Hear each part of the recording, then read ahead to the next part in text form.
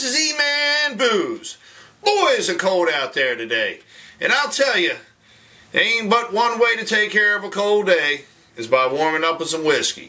So that's what we're going to do here. And we have a special treat because we're going to talk about Smooth Ambler. Now, Smooth Ambler is a craft distiller out of Maxwellton, West Virginia. And they started in 2009. And their focus from the beginning has always been to make good whiskey, but they also make other spirits as well, like a gin and a vodka.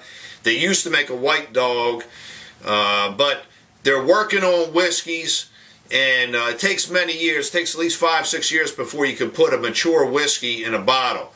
So they were smart, though, because what they did from the very beginning, they sourced some really good whiskeys from an excellent distiller out of Indiana, and it enabled them to put out on the market right away their Old Scout line of bourbons and ryes.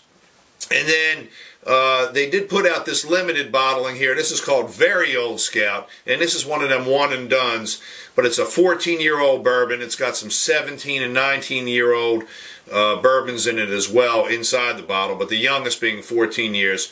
And this is a real treat right here. We'll get into this in a little bit. But this bottle here is what they call the Yearling, and they started bringing this out a little bit ago. And what this is this here is aged 2 years and 2 months from batch number 5, bottle dated October of 2012. And what's interesting about this is that this is the precursor to a mature bourbon. This is going to help us understand what a distiller goes through when they're tasting their whiskeys as they're maturing. And this also gives us an idea of what direction Smooth Ambler is moving toward in the type of bourbon that they're making. Now, I had a conversation today with some of the fine folks up there, and they told me that they're focused on making a wheated bourbon, and they're doing that because most of your big bourbon houses use rye as their third grain after the corn and the malted barley.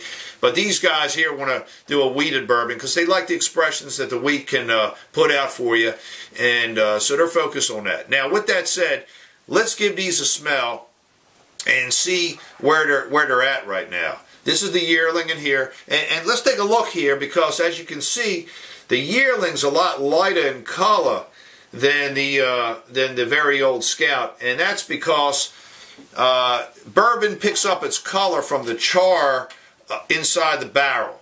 Okay, so this one's been in contact with that charred layer longer, so it's going to be darker by nature. This one hasn't, so it'll get darker with time. But let's take a little smell here to see what we got.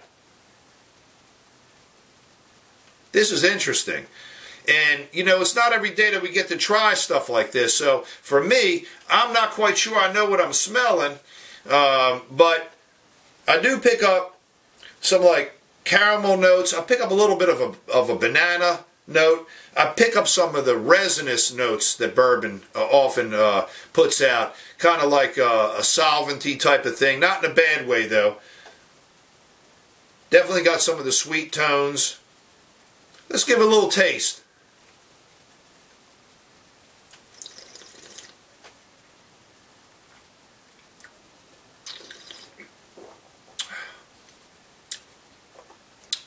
Nice and sweet. Good on the palate. Got a really surprising finish for something so young. I'll tell you, it don't taste as resiny as it smells. But it's very interesting. It's got a little bit of a citrus note. It's definitely got a spice tone to it, like maybe a little cinnamon or something in the background going on. But it's kind of complex for its age. So I'm really looking forward to see where this is going in a couple of years. It's going to be very interesting, to say the least. Now, this is going to be totally different, but let's give this a nose here. Oh, my goodness. This thing here, this is a novel of smells. This is a mature bourbon. It's got everything you want. It's got the caramel, the toffee notes, a little bit of the barrel char, the honey tones, the spices, the rye notes.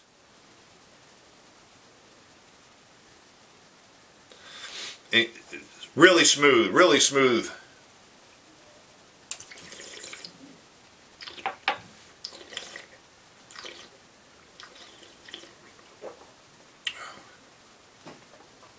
Woo! Now the Bertha 100 proof.